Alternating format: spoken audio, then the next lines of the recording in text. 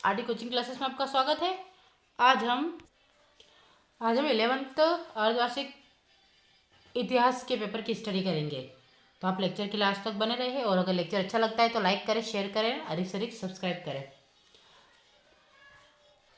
पहला प्रश्न है, निम्न के प्रश्नों के लिए सही विकल्प चुनकर लिखिए। तो मेसोपोटामिया की सभ्यता में परिवहन का सबसे सस्ता तरीका था। तो क्या था? नाव और बजरे। बजरे मतलब कि नदियाँ। तो नाव तो आप जानते हैं, लेकिन बजरे क्या होता है ये नहीं जानते। तो बजरे क्या होता है?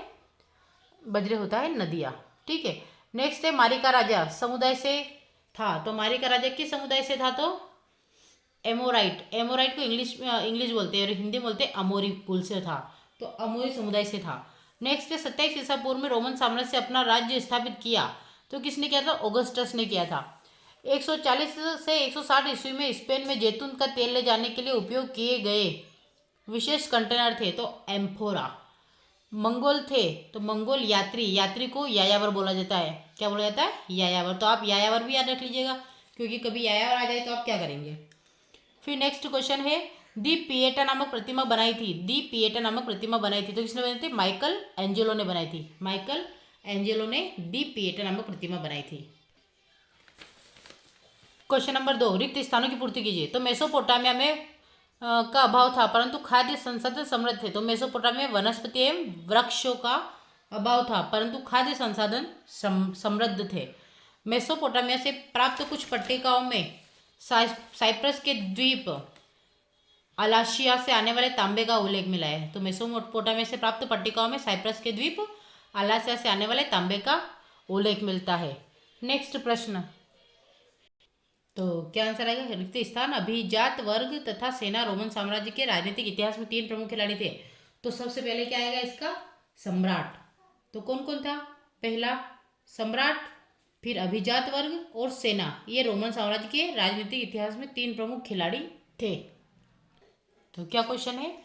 रोमन साम्राज्य में सम्राट द्वारा ईसाई धर्म को किस राजधर्म बना लेने का निर्णय लिया गया। तो किसके द्वारा लिया गया था?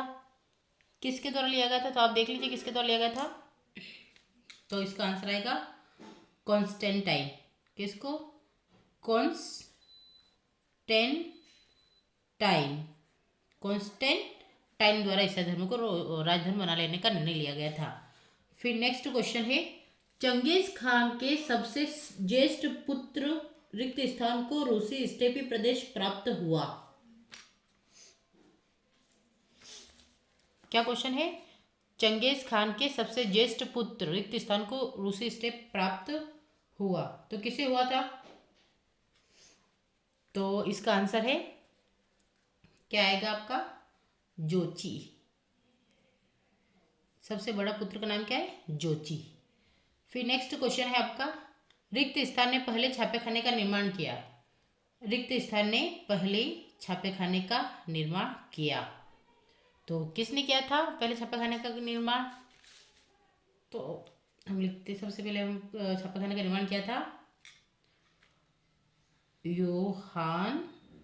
योहान्स या योहानेस बोलते, योहान्स लिखते, योहान्स गुटेनबर्ग। किसने? योहान्स गुटेनबर्ग पहले छापेखाने का निर्माण किया था, योहान्स गुटेनबर्ग। अब नेक्स्ट क्वेश्चन की बात करते हैं हम, सत्य असत्य। गिलमेश महाकाव्य 14 मिट्टी की पट्टिकाओं पर लिखा गया था। ठीक है, क्या था कि गिलमेश महाकाव्य 14 मिट्टी की पट्टिकाओं पर लिखा गया था। तो ये 14 मिट्टी की पट्टिकाओं पर नहीं लिखा था। कितने पे लिखा गया था? तो यहाँ पे लिखेंगे 12 मिट्टी की पट्टिकाओं पर लिखा गया था। इसलिए क्या हो जाएगा? असत्य हो जाएगा। ठीक है। तो जब भी पूछा जाए कि गिलमेश महाकाव्य 14 मिट्टी की पट्टिका पर लिखा, तो नहीं, गिलमेश महाकाव्य 12 मिट्टी की पट्टिका पर लिखा गया था और यहाँ पे आपको 14 दिया, इसलिए क्या माना जाएगा? असत्य माना जाएगा।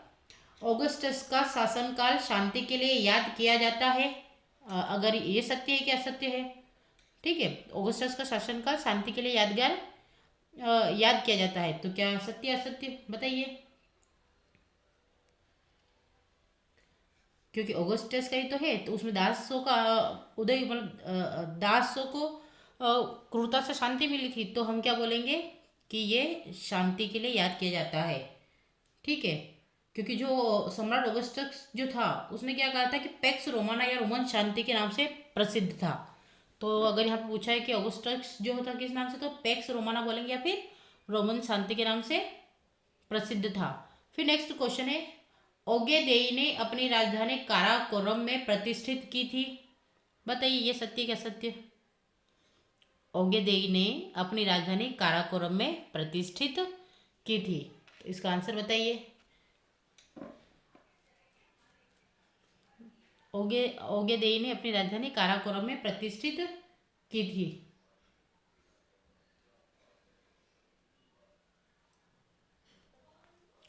तो ये क्या आ जाएगा आपका सत्य माना जाएगा। क्यों जाएगा, क्योंकि जो ओगेदेई था वो चंगेज खान का तीसरा पुत्र था। अगर आपसे पूछा जाए कि चंगेज खान के तीसरे पुत्र का नाम, तो ओगेदेई था। तो ओगेदेई ने अपनी राजधानी को काराकोरम में प्रतिष्ठित किया था, क्योंकि उसने काराकोरम को मंगोल साम्राज्य की राजधानी के रूप में स्थापित किया था। क्योंकि चंगेज खान का कौन था, एक मंगोल सा था, ठीक है। तो इसलिए उसने स्थापना की थी। फिर आएगा, फिफ को उत्तराधिकारी में प्राप्त जानकारी किया जा सकता है। क्या है, फिफ को उत्तराधिकारी में प्राप्त नहीं किया जा सकता है। ये सत्य होगा या असत्य होगा। तो एक बार इसको भी देख लेते हैं कि फिफ को उत्तराधिकारी में प्राप्त नहीं किया जा सकता, तो ये सत्य होगा या असत्य होगा। तो क्या माना जाएगा, ये असत्य माना जाएगा, क्योंकि प्राप्त किया जा सकता है, ठीक है।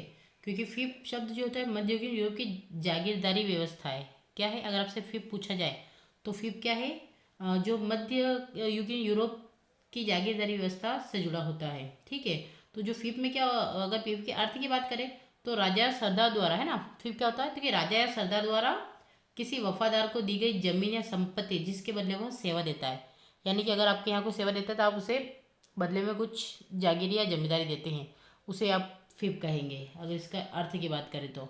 अब नेक्स्ट क्वेश्चन है आपका, चर्च को एक वर्ष के अंतराल में कृषकों से उनकी उपज का एक भाग लेने का अधिकार था, जिसे टिथ कहते हैं। क्या ये सत्य है या असत्य है, बताएं।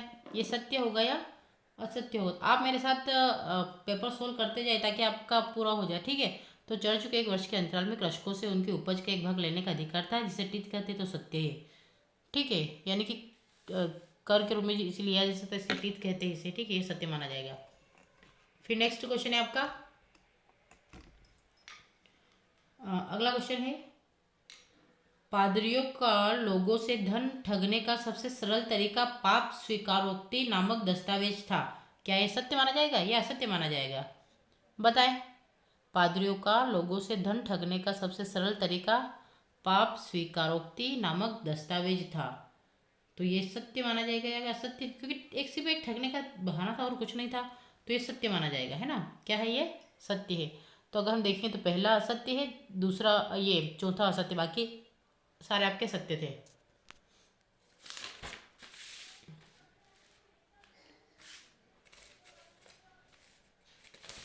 तो एक बार हम देख लेते हैं, वापस देख लेते हैं। निम्नलिखित गिल्मेश महाकाव्य तो 12 मिट्टी की पट्टिका पर लिखा गया था, ठीक है। फिर ऑगस्टस का शासनकाल शांति के लिए याद किया जाता है। ओगेदेई ने अपनी राजधानी काराकोरम में प्रतिष्ठित की, तो ये सत्य है। फीब को उत्तराधिकारी प्राप्त नहीं किया सकता, असत्य। चर्च को एक वर्ष के अंतराल में कृषकों से उनकी उपज का एक भाग लेने का अधिकार था, जिसे टीथ कहते, सत्य है। और पादरियों का लोगों से धन ठगने का सबसे सरल तरीका पाप स्वीकारोक्ति नामक दस्तावेज था, तो ये भी सत्य माना जाएगा। अब क्वेश्चन नंबर चौथा आता आपका, सत्य असत्य, ठीक है। तो सबसे पहले मेसोपोटामिया, ठीक है, क्या आ जाएगा, मेसोपोटामिया। तो क्या करें यहाँ मेसोपोटामिया के सामने, क्योंकि भूमध्य सागर है, वेस्टलैंड है, स्विट्जरलैंड है, जर्मनी, बोर्गिन, फरात, दजला। तो मेसोपोटामिया यानी कि एक तरह से पूछा है तो ये मेसोपोटामिया का क्या, तो ये दो नदियों के बीच में है ना। तो मेसोपोटामिया जब भी आए आपको क्या रखना है, दजला फरात दो नदियों के है। और मेसोपोटामिया का अर्थ क्या है, दो नदियों के बीच की भूमि, इसलिए क्या आ जाएगा, दजला और फरात, और दोनों नदियों का नाम क्या था। तो मेसोपोटामिया की आप डेफिनेशन पढ़ती है कि दो नदियों की बीच की भूमि को, ठीक है। अब नेक्स्ट क्वेश्चन है आपका, रोमन साम्राज्य का हृदय। तो रोमन साम्राज्य का हृदय किसे कहा जाता है, इसमें से बताइए। रोमन साम्राज्य का हृदय किसे कहा जाता है, ठीक है, तो किसे कहा जाता है? इसे इसे जर्मनी को या स्विट्जरलैंड को या वेस्टलैंड को किसे कहा जाता है? रोमन साम्राज्य का हृदय किसे कहा जाता है?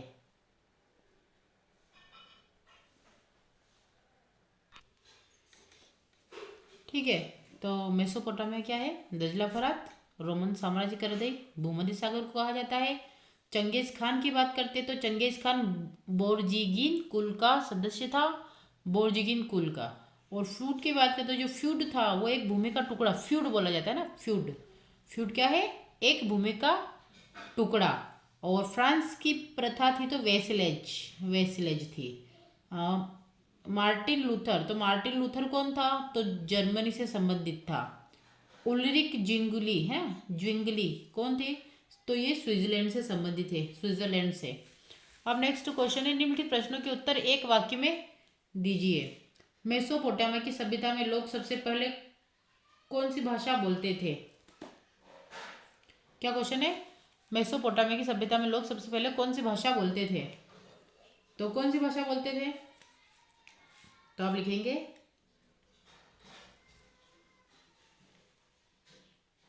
सुमेरियन। कौन सी भाषा? सुमेरियन भाषा बोला करते थे। मेसोपोटामिया की सभ्यता में लोग सबसे पहले कौन सी भाषा बोला करते थे? तो सुमेरियन भाषा का उपयोग करते थे। ये कब की बात है? तो 3500 ईसा पूर्व की बात है। ठीक है, और अगर इसकी लिपि की बात करें तो क्यूनिफॉर्म लिपि थी। कौन सी लिपि थी? क्यूनिफॉर्म लिपि। आपको इतना पता होना चाहिए। फिर नेक्स्ट प्रश्न है, पेपिरस क्या था? पेपिरस क्या था? तो क्या है पेपिरस? तो आप, मैं आपको बोल देती तो आप लिख लीजिएगा कि पेपिरस क्या था।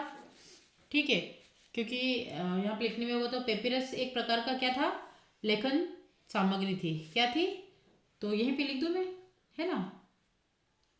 क्या लिखें? पेपिरस क्या था? तो एक प्रकार की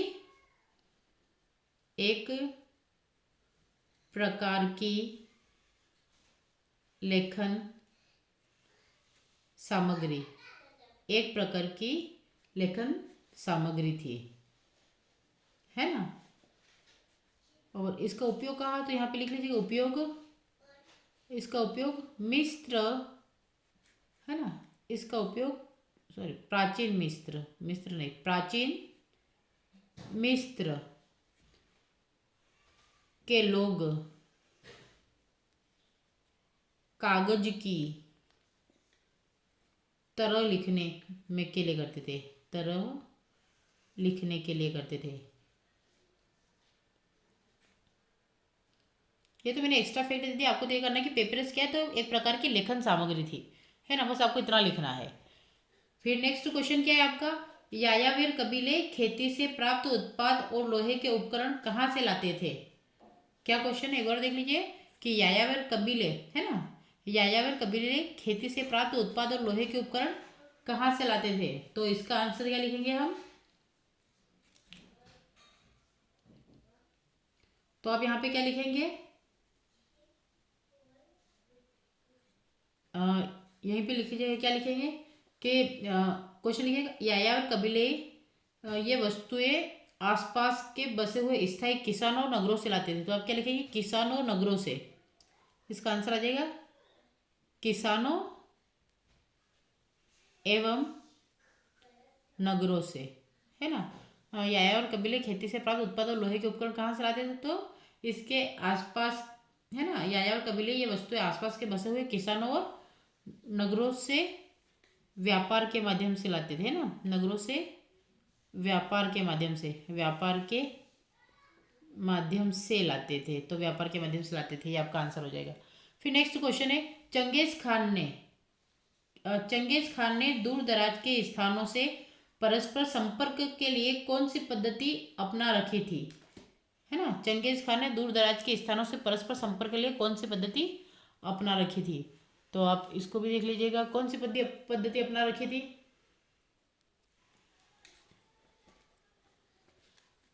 तो यहाँ पे आंसर लिख लीजिएगा याम पद्धति।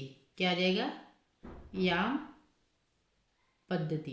देखिए, चंगेज खान ने दूर दराज के स्थानों से परस्पर संपर्क के लिए याम पद्धति अपना रखी थी। ये इतना याद रख लीजिए, याम पद्धति का मतलब होता है डाक और संचार प्रणाली। तो अर्थ भी लिख लीजिए, अर्थ क्या होगा? डाक डाक और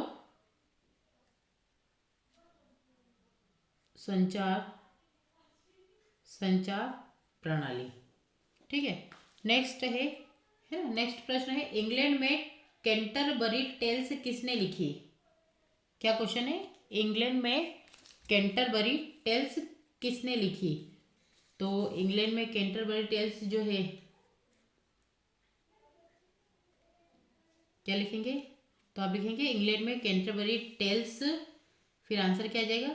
जोफ्री जोफ्री चौसर।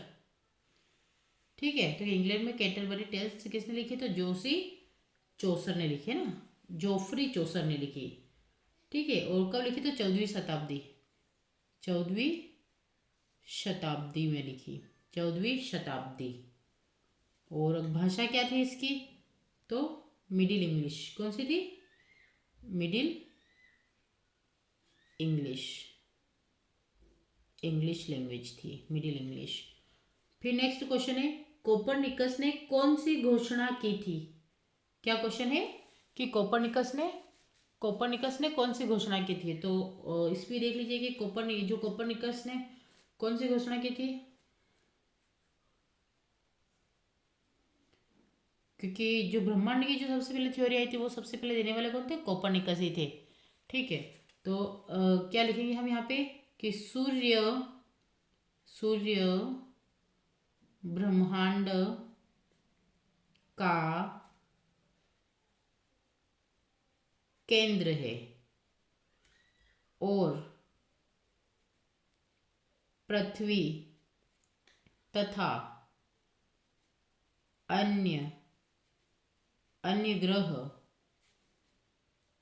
उसके चारों ओर घूमते हैं। ये किसने कहा था? कोपरनिकस ने कहा था। क्या कहा था? कि सूर्य ब्रह्मांड का केंद्र है और पृथ्वी तथा अन्य ग्रह उसके चारों ओर घूमते हैं। ये कोपरनिकस ने कहा, घोषणा करी थी। फिर अगली बात करें तो केपलर के ग्रंथ का नाम क्या था? क्या है? केपलर के ग्रंथ का नाम क्या था? तो बताए, केपलर के ग्रंथ का नाम यहीं पे लिख लेंगे हम, है ना। तो आप देख लीजिए, सूर्य ब्रह्मांड का केंद्र। तो ये अब हमारा क्वेश्चन है, केपलर के ग्रंथ का नाम लिखिए। तो क्या है इसका नाम? हम यहाँ पे हिंदी और इंग्लिश दोनों नाम की बात करेंगे। ठीक है, और इसका नाम अगर पूछेगी तो केपलर का पूरा नाम क्या है? योहानेस। क्या है? योहानेस, है ना। क्या नाम है? Iohannis, Iohannis Kepler. और इसके ग्रंथ का नाम पूछा है तो हम इसके ग्रंथ का नाम लिखेंगे। ठीक है, तो इनके ग्रंथ का नाम क्या था?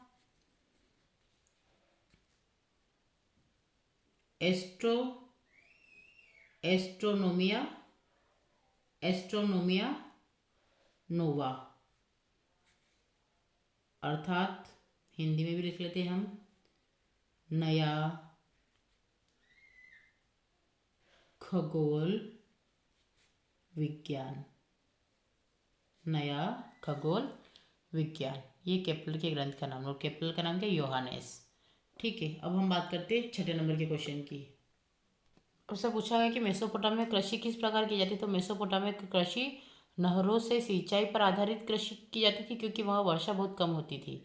तो ये इसका संक्षिप्त आंसर हो गया। इसका बड़ा आंसर भी मैं आपको बता देती हूँ। तो छोटा मैंने बताया ना, अगर बड़ा आंसर लिखने तो लिख लिया कि मेसोपोटामिया दो नदियों के बीच की भूमि थी, टाइग्रिस और यूफ्रेटिस नदियाँ इस क्षेत्र से बहती थी। यहाँ वर्षा बहुत कम होती थी। क्या? यहाँ वर्षा बहुत कम होती थी, इसलिए किसान नदियों के जल से सिंचाई करते थे, और उन्होंने बनाई थी नहरें, बांध, जलाशय, ताकि फसलों को नियमित पानी मिल सके। इस तरह की खेती को कहते थे नहर सिंचित कृषि। ठीक है, और अगर यहाँ की मुख्य फसलें की बात करें तो यह भी देख लीजिए। ये मुख्य फसलें थी जौ, गेहूँ, खजूर, तिल और सब्जियाँ। ये यहाँ की मुख्य फसलें थी। तो ये आपका आंसर हो जाएगा। बात करते हैं नेक्स्ट क्वेश्चन 6 के 8वें की। 6 का प्रश्न क्या है? मेसोपोटामिया में व्यापार, क्या क्वेश्चन है?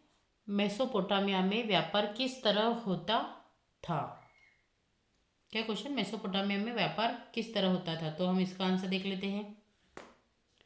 हमें यहाँ पे खाली 2 नंबर के हिसाब से ही शॉर्ट में ही देना है। तो किस प्रकार का था?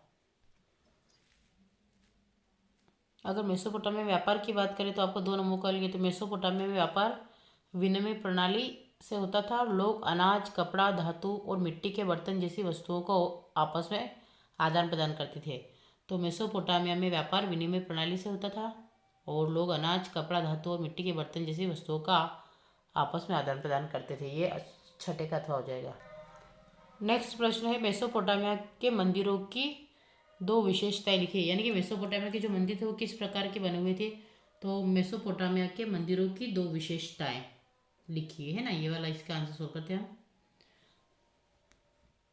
तो है ये जो है मेसोपोटामिया के मंदिरों की विशेषताओं में आप जिगुरत, यानी कि जो मेसोपोटामिया के जो मंदिर थे उनको हम जिगुरत कहते थे। क्या कहते हैं? जिगुरत, यानी कि जिगुरात बोल सकते हैं। तो जिगुरात कहते हैं और यही आपके मंदिर होते थे। तो अब इसकी विशेषताएं देखते हैं हम। तो जो विशेषताएं पूछा है तो हम बता देंगे कि क्या होता था कि मेसोपोटामिक सभ्यता के अंदर नगर के संरक्षक देवता हेतु नगर के पवित्र क्षेत्र में एक मंदिर का निर्माण कराया जाता था, जिसे जिगुरत कहा जाता है। यह मंदिर किसी पहाड़ी या ईंटों के बने ऊंचे चबूतरे पर निर्मित किया जाता था। तो ये विशेषताएं हो गई। पहला क्या कि यह मंदिर किसी पहाड़ी या ईंटों के बने चबूतरे पर निर्मित किया जाता था। दूसरा, मंदिर के साथ ही कुछ अन्य भवनों का निर्माण भी कराया जाता था जो भंडार गृह तथा कार्यालयों के रूप में प्रस्तुत किए जाते थे। ये भवन कई मंजिले होते थे। इन भवनों की सबसे ऊंची मंजिल पर देवता का निवास माना जाता था और यहाँ तथा वहाँ बैठकर ज्योतिषियों द्वारा ग्रहों एवं नक्षत्रों का अध्ययन किया जाता था। तो ये जिगुरत होते हैं। और आपसे ये पूछ रहे कि मेसोपोटामिया के मंदिरों की दो विशेषताएं, तो इसमें से आप लिख लीजिएगा। लेकिन सबसे पहले ये पता होना चाहिए कि मेसोपोटामिया के जो मंदिर थे उन्हें हम जिगुरत कहते हैं, है ना। तो जिगुरत याद रखिएगा इससे ही, क्योंकि क्वेश्चन दिए वही है लेकिन बस घुमा के दिया है। तो मेसोपोटामिया के मंदिरों को जिगुरत बोला जाता है और फिर जिगुरत की आपको विशेषताएं बतानी है। तो आप जिगुरत को डायरेक्ट बोलेंगे कि ऊंचे मंचों पर बने होते थे और धार्मिक और प्रशासनिक केंद्र माने जाते थे। ये विशेषताएं डाल दीजिएगा। अगला प्रश्न, मेसोपोटामिया की सातवें का अथवा मेसोपोटामिया की सामाजिक व्यवस्था में सम्भ्रात वर्ग की, क्या पूछा है? सम्भ्रात वर्ग की दो विशेषताएं लिखिए। क्या क्वेश्चन है कि मेसोपोटामिया की सामाजिक व्यवस्था में सम्भ्रात वर्ग की दो विशेषताएं लिखिए। तो सम्भ्रात वर्ग क्या है कि write to characteristics of the noble class in the social system of Mesopotamia. तो मेसोपोटामिया है ना, सोशल सिस्टम यानी सम्भ्रात वर्ग। तो हम देख लेते हैं सम्भ्रात वर्ग होता है क्या। वैसे तो सम्भ्रात वर्ग जो होता है वो उसमें राजा, पुजारी और बड़े व्यापारी शामिल होते हैं। तो इसके बारे में भी हम देख लेते हैं। अब हम बात करते हैं सम्राट वर्ग में, है ना। तो सम्राट वर्ग क्या होता है? सम्राट वर्ग में राजा, पुजारी और बड़े व्यापारी शामिल थे और इनके पास भूमि, धन, है ना, और राजनीतिक शक्ति होती थी तथा समाज में उच्च स्थान प्राप्त होता था। तो ये विशेषता है आपकी। क्या है? क्वेश्चन था सातवें का था कि मेसोपोटामिया की सामाजिक व्यवस्था में सम्राट वर्ग की दो विशेषताएं। तो सम्राट वर्ग में राजा, पुजारी और बड़े व्यापारी शामिल थे और इनके पास भूमि, धन और राजनीतिक शक्ति होती थी तथा समाज में उच्च स्थान प्राप्त होता था। तो ये आप दो विशेषता इसकी लिख दीजिएगा। यहाँ पे पूछा आपसे रोमन साम्राज्य के शहरों की दो विशेषताएं। तो रोमन साम्राज्य के शहरों की दो विशेषताएं देख लेते हैं। ये तो बहुत सारे दे रखे, हमें सिर्फ दो पूछा है कि रोमन साम्राज्य में शहरी जीवन की विशेषताएं। तो शहरों में खाद्यान्नों की कोई कमी नहीं होती थी और अकाल के दिनों में भी शहरों में नागरिकों को अपनी आवश्यकता की सभी वस्तुएं उपलब्ध हो जाती थी। फिर तीसरा है, तो आप तीसरा छोड़ दीजिए भले ही। चौथा है, शहर प्रशासन के एक इकाई के रूप में काम करते थे। शहरी जीवन स्थानीय संस्थाओं द्वारा संचालित होता था। सार्वजनिक स्थानागार शहरी जीवन की खास विशेषता। तो ये 4-5 पॉइंट भी कर लेंगे तो काफ़ी है, लेकिन अभी अगर आप 2 नंबर पूछा था 2 पॉइंट निपटा देंगे तो अभी हो जाएगा आपका। अब नेक्स्ट प्रश्न की बात करते हैं, रोमन साम्राज्य के मजबूत आर्थिक ढांचे के बारे में लिखिए। क्या क्वेश्चन है? रोमन साम्राज्य के मजबूत आर्थिक ढांचे के बारे में लिखिए।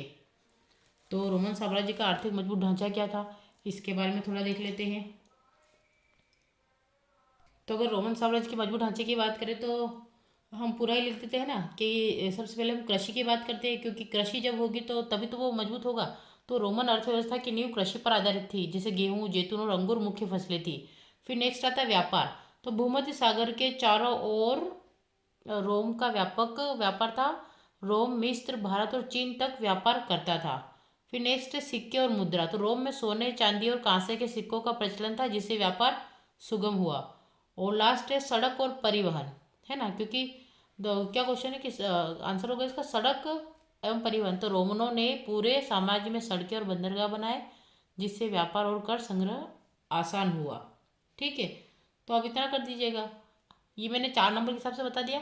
अब मैं 2 नंबर के हिसाब से आपको बता देती हूँ, तो आपको कितना करना है। अब 2 नंबर का प्रश्न है तो आपको इस प्रकार से लिखेंगे। क्या लिखेंगे कि रोमन साम्राज्य की अर्थव्यवस्था कृषि, व्यापार और मुद्रा प्रणाली पर आधारित थी और सड़कें और बंदरगाहों के कारण इसका आर्थिक ढांचा बहुत मजबूत था। तो ये क्या आ जाएगा आपका, क्या आएगा आपका, रोमन साम्राज्य की विशेषताएं, आर्थिक ढांचे की विशेषताएं। तो ठीक है, वो 4 नंबर के हिसाब से था और हमने जो भी दिखाई है 2 नंबर, तो आप इसको भी स्क्रीनशॉट ले लीजिएगा। अब हम बात करते हैं 9th क्वेश्चन की। अब 9 नंबर का क्वेश्चन क्या करें, ऑगस्टस के शासनकाल में दासों की स्थिति कैसी थी, 2 बिंदुओं में लिखिए। यानी कि ऑगस्टस के शासनकाल में दासों की स्थिति कैसी थी, है ना, क्या है, ऑगस्टस के शासनकाल में दासों की स्थिति कैसी थी, 2 बिंदुओं में लिखिए। क्योंकि 2 नंबर से पूछा है तो दोनों बिंदुओं में 2 नंबर के हिसाब से लिखेंगे, हम इतना बड़ा लिखने की आवश्यकता नहीं है। ऑगस्टस के शासनकाल में दासों की स्थिति कैसी थी, 2 बिंदुओं में लिखिए।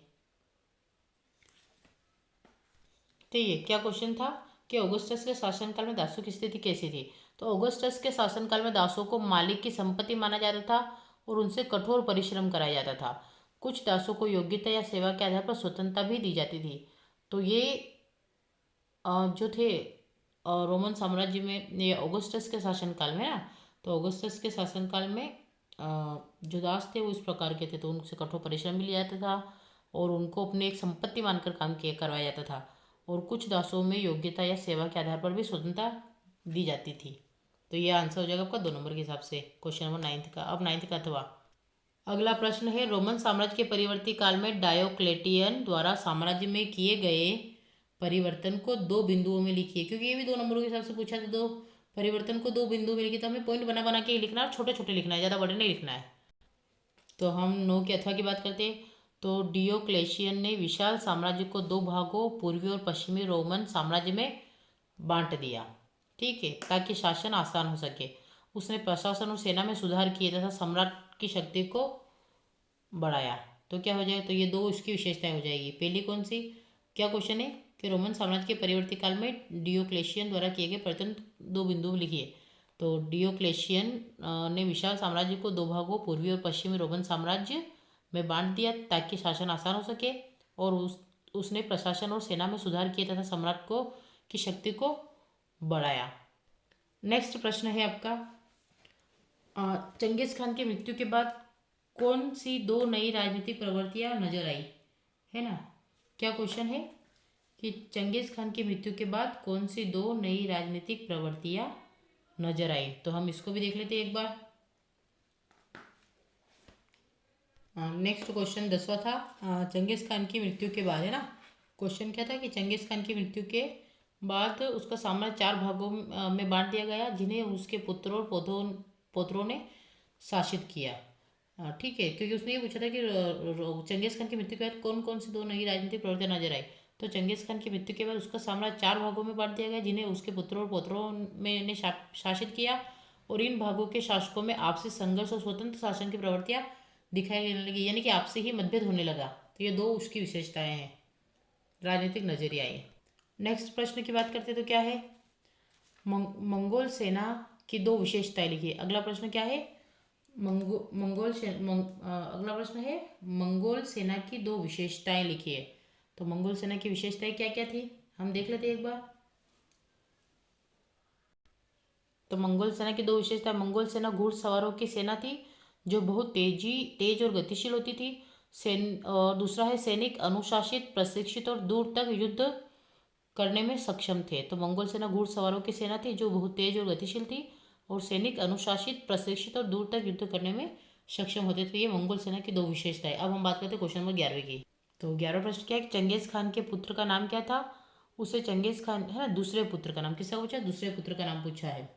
ठीक है, कि चंगेज खान के दूसरे पुत्र का नाम क्या था, उसे चंगेज खान की मृत्यु के बाद कौन सा क्षेत्र प्राप्त हुआ। तो हम देख लेते हैं क्वेश्चन ये भी। तो ये आंसर है, चंगेज खान के दूसरे पुत्र का नाम चगताई था। क्या था, चगताई था। और चंगेज खान की मृत्यु के बाद उसे मध्य एशिया का क्षेत्र प्राप्त हुआ, सेंट्रल एशिया। तो चंगेज खान के दूसरे पुत्र का नाम चगताई था और चंगेज खान की मृत्यु के बाद उसे मध्य एशिया का क्षेत्र प्राप्त हुआ। ये आपका आंसर 2 अंक के लिए काफ़ी होगा। अब बात करते हैं 11वें के अथवे की। अब 11 का अथवा क्या है कि चंगेज खान के पोते का नाम क्या था, उसे फ्रांस के किस शासक को चेतावनी दी थी। क्या प्रश्न है, चंगेज खान के पोते का नाम क्या था, उसने फ्रांस के किस शासक को चेतावनी दी थी, है ना, चंगेज खान के पोते का नाम, और उसने किस शासक को चेतावनी दी थी। थोड़ा सा आप सोल्व करेंगे तो आपका हो जाएगा। बस थोड़ा सा ये है कि आपको एनसीईआरटी को पूरा पढ़ना पड़ेगा, क्योंकि स्पेशली एनसीईआरटी से ही क्वेश्चन बनकर आए हैं। तो मेरी अगर सलाह माने तो आप एक बार एनसीईआरटी को जरूर पढ़ें। तो चंगेज खान के पोते का नाम हुलागू खान था। क्या था? हुलागू खान, है ना। और उसने फ्रांस के राजा लुई नोवे को चेतावनी दी थी कि वह मंगोल साम्राज्य के विरुद्ध युद्ध न करे। तो चंगेज खान के पोते का नाम हुलागू खान, और उसने फ्रांस के राजा लुई नोवे को चेतावनी दी थी कि वह मंगोल साम्राज्य के विरुद्ध युद्ध ना करे। ये आपका 11वें का हो गया। हम बाद में क्वेश्चन बाद की बात करते हैं। तो आपके नेक्स्ट क्वेश्चन 12वें की बात करते हैं कि एबी या मोनास्ट्री वे धार्मिक स्थान थे जहाँ भिक्षु या नन रहते थे और धार्मिक जीवन, शिक्षा व प्रार्थना में समय बिताते थे। ठीक है, तो पहला तो हो जाएगा। और दूसरा, ये स्थान धार्मिक, शैक्षिक और सांस्कृतिक केंद्र के रूप में जाने जाते थे। यहाँ पुस्तकें लिखी व सुरक्षित रखी जाती थी। तो एबिया मोनास्ट्री क्या थे? 2 बिंदु में लिखे थे, हमने दोनों बिंदु समझा दिए। आप चाहे तो इसका स्क्रीनशॉट ले लीजिए। ये आपके क्वेश्चन नंबर 12 का आंसर हो जाएगा। अब हम देखते हैं क्वेश्चन नंबर 12 का अथवा। आपका 12वां प्रश्न है ना। 12 का अथवा है, फ्रायर कौन थे, वे क्या कार्य करते थे। तो फ्रायर के बारे में देख लेते, क्या कार्य करते थे। फ्रायर कौन थे? तो फ्रायर ईसाई धर्म के धार्मिक भिक्षु थे जो समाज में रहकर लोगों की सेवा और प्रचार प्रसार का कार्य करते थे। फ्रायर ईसाई धर्म के धार्मिक भिक्षु थे जो समाज में रहकर लोगों की सेवा और प्रचार प्रसार का काम करते थे। वे गरीबों की सहायता, उपदेश देना और ईश्वर की भिक्षाओं का प्रसार करते थे। तो ये हो जाएगा आपका क्वेश्चन नंबर 12 का अथवा। अब हम बात करते हैं क्वेश्चन नंबर 13 की। क्वेश्चन नंबर 13 है, इटली में 11वीं शताब्दी में विधि शास्त्र के अध्ययन के कौन से 2 विशेष विश्वविद्यालय थे। क्या पूछा क्वेश्चन कि इटली में, है ना, क्वेश्चन क्या है, इटली में 11वीं शताब्दी में विधि शास्त्र के अध्ययन हेतु केंद्र कौन से 2 विश्वविद्यालय रहे। तो क्वेश्चन क्या था कि इटली में 11वीं शताब्दी में विधि शास्त्र के अध्ययन के केंद्र कौन से थे। तो पहला है बोलोग्ना विश्वविद्यालय और दूसरा है पादुआ विश्वविद्यालय। तो ये दोनों विश्वविद्यालयों के नाम रख लीजिएगा, है ना। ये क्वेश्चन नंबर 13 के आंसर है। क्या है, इटली में 11वीं शताब्दी में विधि शास्त्र के अध्ययन के लिए कौन सा विश्वविद्यालय। तो पहला बोलोग्ना विश्वविद्यालय और दूसरा पादुआ विश्वविद्यालय। नेक्स्ट क्वेश्चन की बात करते हैं, फ्लोरेंस की प्रसिद्धि में किन 2 लोगों का हाथ था। क्या क्वेश्चन है कि फ्लोरेंस की प्रसिद्धि में किन 2 लोगों का, फ्लोरेंस की प्रसिद्धि में किन 2 लोगों का हाथ था। तो इसको भी देख लीजिए आप। तो फ्लोरेंस की प्रसिद्धि में दो लोगों के हाथ थे। एक तो डांटे एलिगियरी और दूसरा था लियोनार्डो दा विंची। तो 2 लोगों के नाम थे, एक तो डांटे, है ना, डांटे एलिगियरी और दूसरा लियोनार्डो दा विंची। तो ये दोनों के नाम प्रसिद्ध है। तो फ्लोरेंस की प्रसिद्धि में डांटे और लियोनार्डो दा विंची का महत्वपूर्ण योगदान होता है, क्योंकि दोनों ने साहित्य, कला और पुनर्जागरण के विकास में बड़ा योगदान किया। अगर पूछ रहे कि किस प्रकार, तो साहित्य, कला और पुनर्जागरण के विकास में दोनों ने महत्वपूर्ण योगदान किया। Next 14वां question. 14वां प्रश्न है, पेट्रार्क कौन था, मानवतावाद में उसका एक योगदान लिखिए। तो पेट्रार्क कौन था, है ना। क्या क्वेश्चन है, पेट्रार्क कौन था, मानवतावाद में उसका एक योगदान लिखिए। तो अगर आपसे पूछ रहा है कि पेट्रार्क कौन था, तो पेट्रार्क एक इटली का एक महान कवि और विद्वान था, है ना। पेट्रार्क कौन था, तो इटली का एक महान कवि और विद्वान था। उसने प्राचीन ग्रीक और रोमन ग्रंथों का अध्ययन व संरक्षण करके मानवतावाद के विकास में योगदान दिया। तो ये आपका 2 नंबर का आंसर हो जाएगा, क्वेश्चन नंबर 14। अब हम बात करते हैं क्वेश्चन नंबर 14 के अथवे की, राके। तो 14 का अथवा प्रश्न आपका, राके कौन था, उनके लेखन की एक विशेषताएं लिखिए। तो ये भी देख लेते कि राके कौन था, है ना।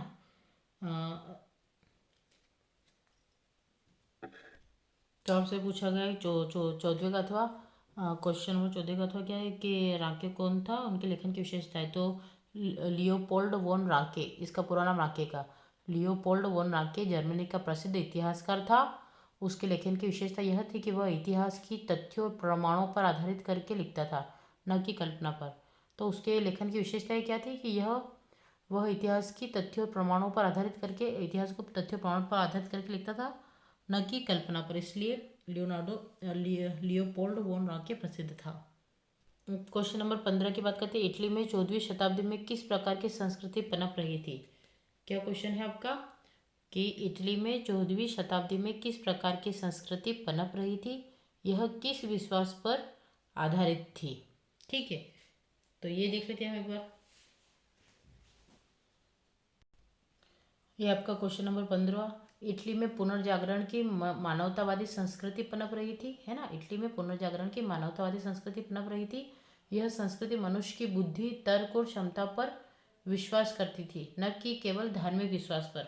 तो ये आपका क्वेश्चन नंबर 15 का 2 नंबर का आंसर हो जाएगा। अब हम बात करते हैं इसके अथवा की। तो इटली की वास्तुकलाओं की तो विशेषता की बात करिए 15 का अथवा। तो इटली की वास्तुकला में गुंबद, स्तंभ और मेहराब का सुंदर प्रयोग किया गया था। इसमें संतुलन, अनुपात और सुंदरता पर विशेष ध्यान दिया जाता था। तो अगर आपसे क्वेश्चन पूछा है कि क्वेश्चन नंबर 15 का अथवा है, क्या है कि इटली की वास्तुकला की दो विशेषताएं। तो इटली की वास्तुकला में गुंबद, स्तंभ और मेहराब का सुंदर प्रयोग किया गया था। इसमें संतुलन, अनुपात और सुंदरता पर विशेष ध्यान दिया गया था। अब हम बात करते हैं क्वेश्चन नंबर 16 की। ठीक है, तो इटली की दो विशेषता देख लिया। अब हम देखते हैं और नगर की 3 विशेषताएं लिखिए। क्या क्वेश्चन है, और नगर की 3 विशेषताएं। ऊर नगर की 3 विशेषताएं पूछा है। तो देखिए ऊर नगर की विशेषताओं का वर्णन। तो ऊर मेसोपोटामिया का एक ऐसा नगर था जिसकी खुदाई 1930 में सुव्यवस्थित ढंग से की गई खुदाई में जो अवशेष मिले उससे इस नगर की जानकारी मिलती है। इसके अनुसार इसकी विशेषताएं निम्न है। पहला, टेढ़ी मेढ़ी तथा संकरी गलियां, ये विशेषता पहली है। ऊर नगर की गलियां टेढ़ी मेढ़ी एवं संकरी थी। पहियों वाली गाड़ियां घरों तक नहीं पहुंच सकती थी। पतली एवं घुमावदार गलियों तथा घरों के भूखंडों का आकार एक जैसा नहीं होने के कारण यह निष्कर्ष निकलता था कि नगर नियोजन पद्धति का अभाव था। फिर दूसरा था जल निकासी। तो जल निकासी की नालियाँ और मिट्टी की नालियाँ ऊर नगर के, है ना, ऊर नगर के घरों के भीतर आंगन में पाई गई थी। और वर्षा के पानी का निकास नालियों के माध्यम से भीतर आंगन में बने हाजों में जाता था। फिर तीसरा था घरों की सफाई। लोग अपने घरों की सफाई करके कूड़ा कचरा गलियों में डाल दिया करते थे। और फिर चौथा था खिड़कियों का अभाव। तो इस काल में मकानों में खिड़कियां नहीं मिली, कमरों के अंदर रोशनी दरवाजों से अंदर आती थी। और लास्ट है, तो आप इसमें से 2 3 पूछा तो 3 लिख दीजिएगा। ठीक है, बाकी आप पढ़ ही लीजिएगा या चाहे तो स्क्रीनशॉट ले लीजिएगा। हम बात करते हैं नेक्स्ट क्वेश्चन की। ठीक है, तो ये हमने ऊर नगर की 3 विशेषता देखा। अब हम देखते हैं मारी नगर की विशेषताएं। तो मारी नगर की विशेषता ये रही आपकी। क्या बोला गया मारी नगर की विशेषताओं में कि मारी नगर का विशाल राजमहल वहाँ के शाही परिवार का निवास स्थान था। यह राजमहल प्रशासन तथा कीमती धातुओं के निर्माण का मुख्य केंद्र था। और राजा के भोजन की मेज पर हर रोज भारी मात्रा में खाद्य पदार्थ, आटा, रोटी, मांस, मछली, फल, मदिरा व बियर आदि रखे जाते थे। इस विशाल महल में 260 कक्ष थे। तो ये मारी नगर के महल की विशेषताएं हो गई। अब हम बात करते हैं next question, question number 17। Roman साम्राज्य का तीसरी शताब्दी का संकट क्या है, यह 3 बिंदुओं में लिखिए। क्या क्वेश्चन है, रोमन साम्राज्य का तीसरी शताब्दी का संकट 3 बिंदुओं में लिखिए। तो इसको भी एक बार देख लेते हैं हम। तो है ये आप है रोमन साम्राज्य में तीसरी शताब्दी का संकट क्या, स्पष्ट कीजिए। तो रोमन साम्राज्य में तीसरी शताब्दी का संकट निम्न प्रकार था। 225 ईस्वी में ईरान में एक अत्यधिक आक्रामक वंश उभर कर सामने आया। इस वंश के लोग स्वयं को सासानी कहते थे। क्या कहते थे, सासानी कहते थे। केवल 15 वर्षों के भीतर ही वह तेजी से फरात की दिशा में फैल गया। एक प्रसिद्ध शिलालेख से पता चलता है कि इस वंश के शासक शापुर प्रथम ने 60,000 रोमन सेना का सफाया कर दिया था। उसने रोम साम्राज्य की पूर्वी राजधानी, है ना, पूर्वी राजधानी एंटियोक पर भी अधिकार कर लिया। और इसी बीच जर्मन मूल की कई जनजातियों राइन तथा डेन्यूब नदी की सीमाओं की ओर बढ़ना आरंभ कर दिया। जो राइन और डेन्यूब ये दोनों नदियां हैं। तो 233 से 280 ईस्वी के दौरान काला सागर से लेकर आल्प्स और दक्षिणी जर्मनी तक फैले प्रांतों की पूरी सीमा पर बार बार आक्रमण हुए। अतः रोमन वासियों को डेन्यूब से आगे का क्षेत्र छोड़ने के लिए विवश होना पड़ा। और एक और इस काल के रोमन सम्राटों को उन लोगों के विरुद्ध भी लगातार युद्ध करने पड़े जिन्हें रोमवासी विदेशी बर्बर कहते थे। तो ये इसलिए बोला कि तीसरी शताब्दी का संकट क्या था। तो ये आप देख लीजिएगा, इसको शॉर्ट करना चाहे तो आप शॉर्ट करके लिख लीजिएगा। उसमें चौथा पॉइंट भी जरूर ऐड कर दीजिएगा कि तीसरी शताब्दी में थोड़े थोड़े अंतर पर अनेक सम्राट 47 वर्षों में 25 सम्राट सत्तासीन हुए। यानी कि 47 वर्षों में लगभग 25 सम्राट सत्तासीन हुए थे। तो सोच लीजिएगा कितना भयंकर संकट रहा होगा। अब हम बात करते हैं 17 के अथवे की। तो 17 का अथवा क्या है कि रोमन साम्राज्य में समाज किस प्रकार का था, 3 बिंदुओं में लिखिए। तो हम इसका आंसर देखते हैं। अब इसमें 17 के अथवा की बात की तो रोमन साम्राज्य में समाज किस प्रकार का था, 3 बिंदु में लिखिए। तो रोमन समाज वर्ग आधारित था। जैसे पहला वर्ग आधारित, समाज दासों, परिवार पितृसत्ता। तो रोमन साम्राज्य वर्ग आधारित था, इसमें अभिजात वर्ग और साधारण लोग शामिल थे। फिर दूसरा था समाज में दासों की बड़ी संख्या थी जो मालिकों के अधीन काम करते थे। और तीसरा है परिवार। क्या है? परिवार और पितृसत्ता का समाज में महत्वपूर्ण स्थान था। परिवार का मुखिया सभी निर्णय लेता था।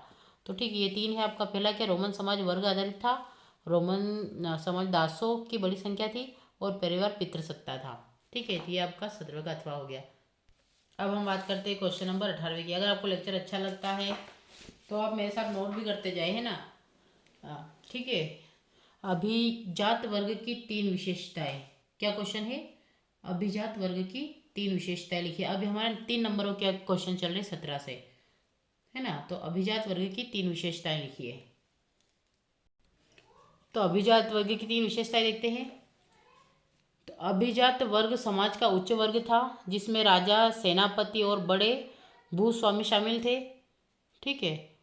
दूसरा है उनके पास ज़्यादा भूमि, धन और राजनीतिक अधिकार होते थे।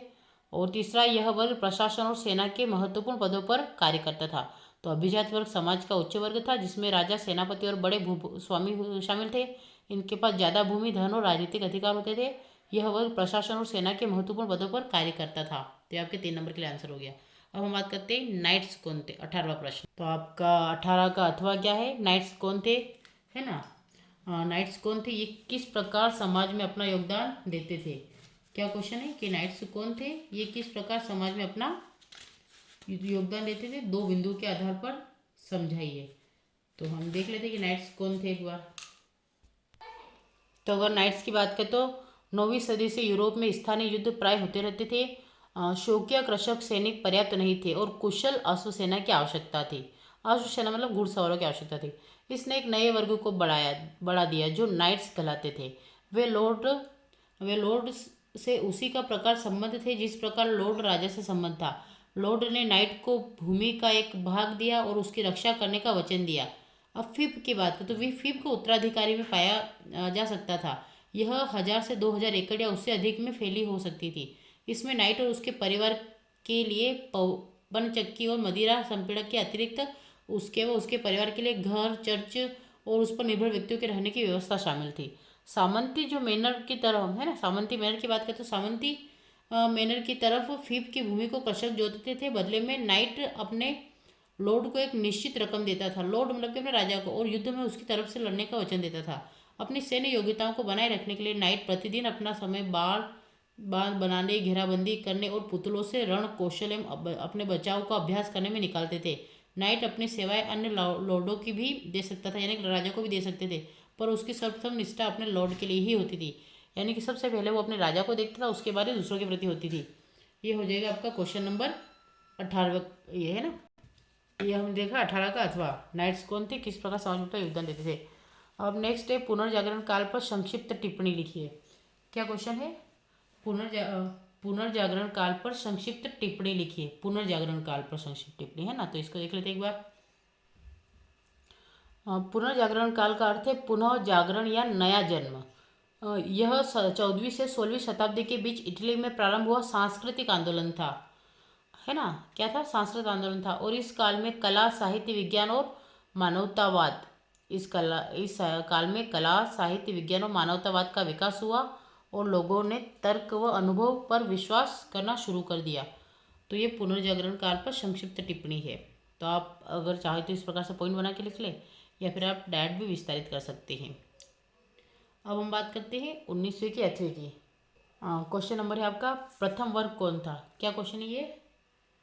प्रथम वर्ग कौन था, इनके किन्हीं 3 कार्यों का उल्लेख कीजिए, है ना। प्रथम वर्ग कौन था, यानी कि who were first class people, mention their 3 main functions. तो प्रथम वर्ग कौन था, इनके 3 प्रमुख कार्यों का उल्लेख। तो प्रथम वर्ग जो थे, तो प्रथम वर्ग में धर्मगुरु शामिल थे, जैसे पादरी, बिशप आदि। दूसरे वर्ग के तो ये लोग धार्मिक कार्यों का संचालन करते थे, जैसे पूजा, प्रार्थना और लोगों को उपदेश देना। और इनके पास करों से मुक्ति थी और ये चर्च की भूमि और धन का प्रबंधन करते थे। तो इन्हें बोला जाता था प्रथम वर्ग। ठीक है। और क्वेश्चन क्या था, प्रथम वर्ग क्या है, किन्हीं 3 कार्यों को लेकर। तो प्रथम वर्ग में धर्मगुरु शामिल थे, पादरी, बिशप आदि। ये लोग धार्मिक कार्यों का संचालन करते थे, जैसे पूजा, प्रार्थना और लोगों को उपदेश देना। और इनके पास करों से मुक्ति थी और ये चर्च की भूमि और धन का प्रबंधन करते थे। नेक्स्ट क्वेश्चन है, मेसोपोटामिया की भौगोलिक स्थिति का विस्तृत वर्णन कीजिए। क्या क्वेश्चन है, मेसोपोटामिया की भौगोलिक स्थिति का विस्तृत वर्णन कीजिए। तो ये भी देख लेते हैं हम इसका आंसर एक बार। अगर मेसोपोटामिया की बात करें तो मेसोपोटामिया की भौगोलिक स्थिति का विस्तृत, तो इराक भौगोलिक विविधता का देश है। इसके पूर्वोत्तर भाग में हरे भरे ऊंचे नीचे मैदान है, जो धीरे धीरे वृक्ष आच्छादित पर्वत श्रृंखला के रूप में फैलते गए हैं। साथ ही यहाँ स्वच्छ झरने तथा जंगली फूल है। यहाँ अच्छी फसल के लिए पर्याप्त वर्षा हो जाती है। यहाँ 7000 से 6000 ईसा पूर्व के बीच खेती शुरू हो गई थी। और उत्तर में ऊंची भूमि है, जहाँ स्टेपी घास के मैदान है। तो आपसे अगर आपसे पूछा जाए तो किस प्रकार की यहाँ पे स्टेपी घास के मैदान को स्टेपी कहा जाता है। अब यहाँ की बात करते हैं ना, यहाँ पशुपालन खेती की तुलना में आजीविका का अधिक अच्छा साधन है। सर्दियों की वर्षा के बाद भेड़ बकरियां यहाँ उगने वाली छोटी छोटी झाड़ियों और घास को से अपना भरण पोषण करती थी। पूर्व में दजला की सहायक नदियाँ ईरान के पहाड़ी प्रदेशों में जाने के लिए परिवहन का अच्छा साधन है। और दक्षिणी भाग एक रेगिस्तान, और यही वह स्थान है जहाँ सबसे पहले नगरों और लेखन प्रणाली का प्रादुर्भाव हुआ, यानी कि उत्पन्न हुई। इन रेगिस्तानों में शहरों के लिए भरण पोषण का साधन बन सकने की क्षमता थी, क्योंकि फरात और दजला नाम की नदियाँ उत्तरी पहाड़ों से निकलकर अपने साथ उपजाऊ बारीक मिट्टी लाती रही। अब इन नदियों में बाढ़ आती है, अथवा जब इनके पानी को सिंचाई के लिए खेतों में ले जाया जाता है, तब यह उपजाऊ मिट्टी वहाँ जमा हो जाती है। बाकी और भी है, आप इसमें देख लीजिएगा। तो जितना आपको उचित लगे उसमें से आप इजी करके लिख सकते, लेकिन मेरे अनुसार आप यहाँ तक लिखेंगे तो भी आपका आंसर कंप्लीट माना जाएगा। अब हम बात करते हैं नेक्स्ट क्वेश्चन की। नेक्स्ट प्रश्न है, मेसोपोटामिया सभ्यता में लेखन कला कैसी थी, विस्तृत वर्णन कीजिए।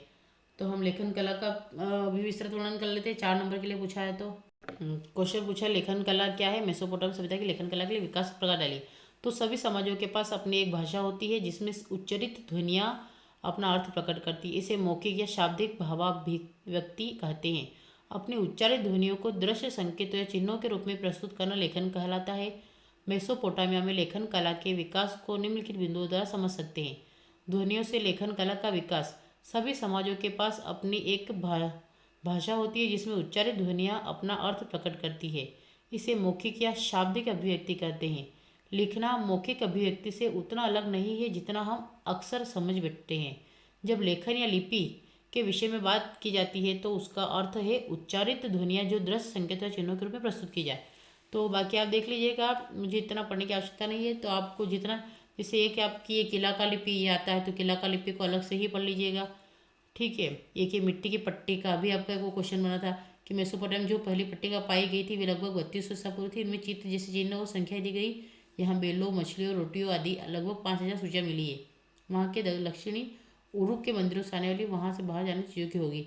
तो ये इस टाइप से आपको टुकड़ों टुकड़ों में क्वेश्चन पूछे गए हैं इस बार। तो आपको लगभग डीपली ही पढ़ के जाना पड़ेगा। ठीक है। जब तक आप डीपली नहीं पढ़ेंगे तब तक आपके आंसर सामने आएंगे भी नहीं। ठीक है। तो ये बहुत सारे हैं, तो आप इतना ही कर लेंगे तो भी आपके लिए सफिशियंट होगा, क्योंकि 4 नंबर के लिए क्वेश्चन पूछा है। अब हम बात करते हैं 21वें प्रश्न की।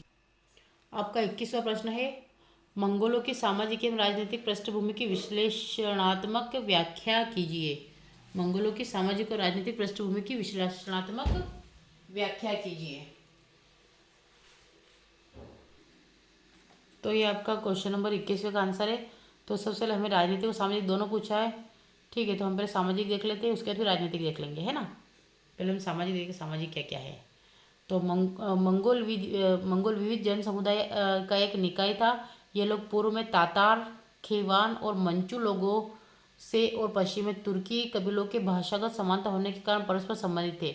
कुछ मंगोल पशुपालक थे और कुछ शिकारी। जिसे भी पूछा, मंगोल पशुपालक भी थे और शिकारी संग्राहक भी थे। मंगोल घुमक्कड़ प्रकृति के थे। वे अपने पशुओं के लिए चारागाह की खोज में इधर उधर घुमा करते थे। कुछ संग्राहक समाज व्यापार भी करता था। नर जाति और भाषाई संबंधों ने मंगोल लोगों को परस्पर जोड़ रखा था, किंतु उपलब्ध आर्थिक संसाधनों में कमी होने के कारण उनका समाज उनके पितृ पक्षीय वंशों में विभाजित था। समाज में कुछ धनी परिवार था। शिकार सामग्री समाप्त होने, सूखा पड़ने आदि आपदा के समय लूटपाट होती थी। है ना, लूटपाट होती थी। तो यहाँ तक ये कर लीजिएगा, काफ़ी है। उसके बाद फिर सेकेंड आता है राजनीतिक संगठन। तो राजनीतिक संगठन, चंगेज खान ने मंगोल और तुर्की कबीलों को मिलाकर एक परिसंघ की स्थापना की। उसने घुमक्कड़ यायावरों को यायावरों मतलब कि यात्रियों को संगठित करके एक शक्तिशाली राजनीतिक व्यवस्था का निर्माण किया। चंगेज खान की राजनीतिक व्यवस्था बहुत अधिक स्थायी रही और उसकी मृत्यु के बाद भी वह कायम रही। यह व्यवस्था इतनी स्थायी थी कि चीन, ईरान और पूर्वी यूरोप के देशों की उन्नति शस्त्रों से लैस विशाल सेनाओं का मुकाबला करने में सक्षम थी। मंगोलों ने इस क्षेत्र में नियंत्रण स्थापित करने के साथ ही साथ जटिल कृषि व्यवस्था एवं नगरीय आवासों, स्थानबद्ध समाजों का बड़ी कुशलता से प्रशासन किया। तो ये हो जाएगा आपका 4 नंबर के लिए। नेक्स्ट क्वेश्चन है आपका चंगेज खान, है ना। चंगेज खान के जीवन वृत्त की विश्लेषणात्मक व्याख्या कीजिए। क्या क्वेश्चन है आपका? अगला क्वेश्चन, चंगेज खान के जीवन वृत्त की विश्लेषणात्मक व्याख्या कीजिए। यानी कि चंगेज खान के जीवन वृत्त की व्याख्या करना है, तो ये भी देख लीजिए आप। तो मैं आपको बता देती हूँ, आपको जितना उचित लगे लिख लीजिएगा आप 4 नंबर के लिए। तो इस सबसे पहले इसके जन्म की बात करते हैं। तो जन्म प्रारंभ, चंगेज खान का जन्म लगभग 1162 ईस्वी में मंगोलिया के तेमुजिन नामक से हुआ था। वह बोर्जिगिन कुल से संबंधित था। फिर नेक्स्ट है शक्ति का उदय। तो उसने मंगोल कबीलों को एकजुट कर एक संगठित और अनुशासित सेना बनाई और 1206 ईस्वी से चंगेज खान की उपाधि दी गई, जिसका अर्थ है संपूर्ण विश्व का शासक। फिर तीसरा था सैन्य नीति की बात करें तो चंगेज खान बहुत कुशल सेनापति और रणनीतिकार था। उसकी सेना तेज गति से चलने वाली घुड़सवार सेना थी। वह दुश्मनों पर अचानक आक्रमण करने की नीति अपनाता था। अगर विजय अभियान की बात करें तो उसने चीन, मध्य एशिया, ईरान और रूस के कई क्षेत्रों को जीत लिया। उसका साम्राज्य प्रशांत महासागर से लेकर काला सागर तक फैला था। यह इतिहास के सबसे बड़े साम्राज्यों में से एक था। और अगर मृत्यु का कारण पूछे तो मृत्यु और प्रभाव, चंगेज खान की मृत्यु 1227 ईस्वी में हुई। उसकी मृत्यु के बाद उसका साम्राज्य 4 भागों में बांट दिया गया, परंतु उसकी सैन्य और प्रशासनिक नीतियाँ आगे भी प्रभावशाली रही। तो ये था आपका चंगेज खान के बारे में। तो इसको भी आप एक बार देख लीजिएगा कि चंगेज खान के जीवन वृत्त की विश्लेषणात्मक विशेषता है। तो मैंने सारा आपको दे दिया है। अब आप इसमें से जितना आपको लगे उतना उचित करके लिख लीजिएगा। फिर नेक्स्ट क्वेश्चन है, 11वीं सदी तक विभिन्न प्रौद्योगिकियों में आए बदलाव पर विस्तृत टिप्पणी लिखिए। तो अब यहाँ पे देख लेते हैं 11वीं सदी में तो 11वीं शताब्दी तक विभिन्न प्रौद्योगिकियों में आए बदलाव पर विस्तृत टिप्पणी। तो सबसे पहले कृषि में सुधार। तो 11वीं शताब्दी तक कृषि तकनीकों में बड़े बदलाव हुए। किसानों ने लोहे के हल, घोड़े की नाल और घोड़े द्वारा हल चलाने की पद्धति अपनाई और इससे भूमि की उत्पादकता बढ़ी। फिर नेक्स्ट है आपका अगला क्या है, सिंचाई तकनीक, है ना। तो खेतों में जल चक्की और पवन चक्की का उपयोग होने लगा। इससे सिंचाई और अनाज पीसने जैसे कार्य आसान हो गए। फिर तीसरा है हथियार और धातु कला। लोहे और इस्पात के प्रयोग से हथियारों और औजारों की गुणवत्ता बढ़ी। इस काल में बख्तरबंद सैनिकों का चलन भी बढ़ा। फिर आता है आपका परिवहन और व्यापार। तो नई तकनीकों से जहाज निर्माण और सड़क निर्माण में सुधार हुआ। इससे स्थलीय और समुद्री व्यापार का विस्तार हुआ। और लास्ट है नगरों का विकास। तो तकनीक की प्रगति से उद्योग, कारीगरी और व्यापारिक नगर उभरने लगे और इससे समाज में आर्थिक गतिविधियाँ तेज हुई और मध्य वर्ग का उदय हुआ। तो ये आप 5 पॉइंट लिख लीजिएगा और अगर आप 4 लिखना चाहें 4 लिख लीजिएगा क्योंकि 4 नंबर में आता है। ठीक है, तो यहाँ तक के लिए आपको काफ़ी है। अब हम बात करते हैं नेक्स्ट क्वेश्चन इसके अथवा की। तो इसका अथवा का प्रश्न क्या है कि कृषि विस्तार से समाज में एक नए चौथे वर्ग का उदय हुआ, विस्तृत टिप्पणी लिखिए। क्या क्वेश्चन है, कृषि विस्तार से समाज में एक नए चौथे वर्ग का उदय हुआ, विस्तृत टिप्पणी लिखिए। तो इसको भी एक बार देख लेते हैं कि कृषि विस्तार से समाज में एक नए चौथे वर्ग का उदय हुआ। तो ये 22वें का अथवा भी देख लेते हैं, क्वेश्चन क्या दे रखा है ना। कृषि विस्तार से समाज में एक नए चौथे वर्ग का उदय हुआ तो विस्तृत टिप्पणी लिखिए। तो सबसे पहले कृषि और तकनीक। 11वीं शताब्दी तक यूरोप में कृषि तकनीकों में सुधार हुआ, जैसे लोहे का हल, जल चक्की और घोड़े की नाल का उत्पादन, है ना।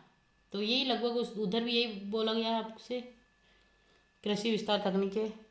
ये आप 22वें क्वेश्चन का आंसर ये भी लिख सकते हैं। यहाँ पे दिया गया है क्वेश्चन का आंसर ये वाला कि 11वीं सदी तक यूरोप में होने वाले कोई 4 औद्योगिक बदलावों का विश्लेषण कीजिए। तो आप ये देख लीजिएगा एक बार, है ना। तो क्या दिया गया, 11वीं सदी तक यूरोप में होने वाले कोई 4 प्रौद्योगिक क्या दिया गया है, प्रौद्योगिक बदलाव का विश्लेषण कीजिए। तो 11वीं सदी तक यूरोप में विभिन्न प्रौद्योगिक परिवर्तन लाने लगे। परिवर्तनों का संक्षिप्त वर्णन निम्न प्रकार है। अब लकड़ी के हल के स्थान पर लोहे की भारी नोक वाली हल सांचेदार पटरे, ठीक है, यूज़ की जाने लगी। फिर आएगा आपका फिर दूसरा है पशुओं को हल में जोतने के तरीकों में सुधार हुआ जब हुआ पशु के गले के स्थान पर कंधे पर बांधा जाने लगा। इससे पशुओं के काम करने की क्षमता बढ़ गई। घोड़े के खुरों पर अब लोहे की नाल लगाई जाने लगी जिससे उसके खुर सुरक्षित हो गए। कृषि के लिए पवन ऊर्जा और जल शक्ति का उपयोग बढ़ गया। अन्न को पीसने और अंगूरों को निचोड़ने के काम भी जल शक्ति और वायु शक्ति से चलने वाले कारखानों में किया जाने लगा। और भूमि के उपयोग के तरीके भी इसी टाइप से। तो आप ये वाला क्वेश्चन का आंसर भी यही होगा, ठीक है। और इधर भी आपका ये वाला होगा, कौन सा, कि कृषि विस्तार समाज में एक नए चौथे वर्ग का उदय हुआ, तो विस्तृत वर्णन कीजिए। तो ये भी आपका लगभग तो यही आंसर होगा इसका भी, क्योंकि कृषि विस्तार के लिए भी आपका यही दिया गया है। तो आप या तो इसको कर लें या फिर कृषि से जुड़ा हुआ कोई छोटा सा टॉपिक समझ के इसको कर लीजिएगा। जैसे आपको कल घुमा फिरा के दिया गया तो ये वाला क्वेश्चन कर लीजिएगा इसका, ये वाला कि 11वीं शताब्दी तक यूरोपीय कृषि तकनीक में क्या परिवर्तन हुए। तो नई तकनीक 11वीं शताब्दी है ना, ये पूछा आपसे, तो आप क्या लिखेंगे, ये वाला कि 11वीं शताब्दी तक यूरोपीय कृषि तकनीक में अनेक परिवर्तन हुए। उस समय कृषि की नई कृषि प्रौद्योगिकी की श्री गणेश हुआ। कृषि प्रौद्योगिकी में अनेक परिवर्तन किए गए और इसकी विशेषता निम्न, जैसे हल तथा पटरे में परिवर्तन। तो ये पूरा देख लीजिएगा कि मूल रूप से लकड़ी से बने हल के स्थान पर लोहे की भारी नोक वाले हल और सांचेदार पटरे का उपयोग होने लगा। ऐसे हल अधिक गहरा खोद सकते थे और सांचेदार पटरे सही ढंग से ऊपरी मृदा को पलट सकते थे। इसके फलस्वरूप भूमि में व्याप्त पौष्टिक तत्वों का बेहतर उपयोग होने लगा। फिर नेक्स्ट की बात करते हैं। तो यहाँ पे भी आपको दिया गया है ये जोतने के तरीकों, घोड़ों या अन्य शक्ति संसाधनों में परिवर्तन। तो पशुओं हलों में जोतने के तरीकों में सुधार हुआ और गले के स्थान पर जुआ अब कंधे पर बांधा जाने लगा। तो ये भी आपका हो जाएगा, ठीक है। तो आप इसका भी स्क्रीनशॉट ले लीजिएगा, ठीक है। ये आपका आंसर हो जाएगा। फिर भूमि के उपयोग के तरीकों में परिवर्तन किया गया। फिर उत्पादन में परिवर्तन किया गया, है ना। तो ये उत्पादन में परिवर्तन। और फिर पांचवा है कृषकों की नई पहल में परिवर्तन। तो स्पेशली कृषकों की, तो इनमें से कुछ प्रौद्योगिकी बदलावों में अत्यधिक धन लगता था। कृषकों के पास पवन चक्की स्थापित करने के लिए पर्याप्त धन नहीं था, इसलिए इस मामले में पहल लॉर्डों द्वारा की गई, लॉर्डों मतलब राजाओं द्वारा।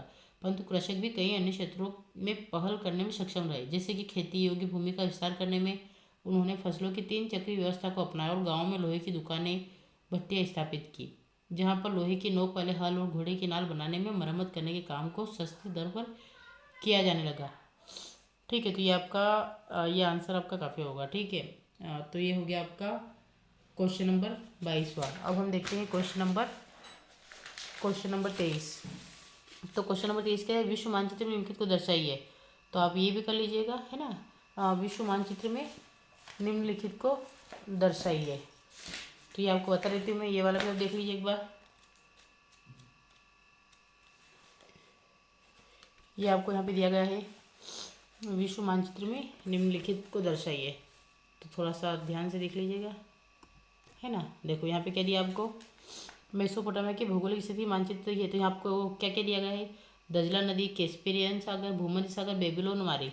तो यहाँ पे आपको सारी ही चीज़ें दी गई है, ठीक है। तो आप क्वेश्चन से मिलाते जाए और बनाते जाएंगे, है ना। आपको यहाँ पे क्या क्या दिया गया है, देखो दजला नदी दी गई है, तो आप दजला नदी को लगा देंगे, ठीक है। ये रही आपकी दजला नदी यहाँ पे। फिर कैस्पियन सागर पूछा है, तो ये आपका कैस्पियन सागर आ जाएगा। फिर आपसे पूछा है भूमध्य सागर, तो ये भूमध्य सागर आ जाएगा। और इसके बाद आया आपका बेबीलोन, है ना, चौथा वाला, तो ये बेबीलोन हो जाएगा। उसके बाद पूछा आपसे मारी का, तो ये देखो ये इतना वाला मारी का हिस्सा। और फिर आता है आपका लास्ट में लाल सागर, तो फिर आप लाल सागर बता दीजिएगा, ठीक है। तो ये आपका हो जाएगा मेसोपोटामिया। तो बस ये आपसे ये क्वेश्चन पूछा गया, ये वाला, ये मारी, लाल सागर, भूमध्य सागर, बंगाल खाड़ी, ठीक है। तो आप देख लीजिएगा। और ये भी इधर ये जैसे काला सागर, फारस, और तो इसको भी इसके अंदर ही हम देख लेते हैं ना। ये भी इसके अंदर ही है, ये काला सागर हो गया, ठीक है। ये मारी हो गया, तो इस टाइप से ये भी इसके अंदर दिया है। तो बस आपको खाली देखने की जरूरत पड़ेगी। तो आपका दोनों क्वेश्चन इसमें है। आई होप आपको लेक्चर अच्छा लगा होगा। लेक्चर वैसे भी बहुत लंबा हो चुका है, क्योंकि एक तो पेपर सोल्व करना और उसको पूरा का पूरा समझाना बहुत डीपली काम होता है। तो आई होप आपको लेक्चर अच्छा लगा हुआ है होगा। और मेरी मेहनत को देखते हुए मेरे चैनल को लाइक करें, शेयर करें, सब्सक्राइब करें। और अपने दोस्तों के साथ अधिक से अधिक शेयर करें ताकि उनको भी ये सॉल्यूशन प्राप्त हो सके। Thank you for watching.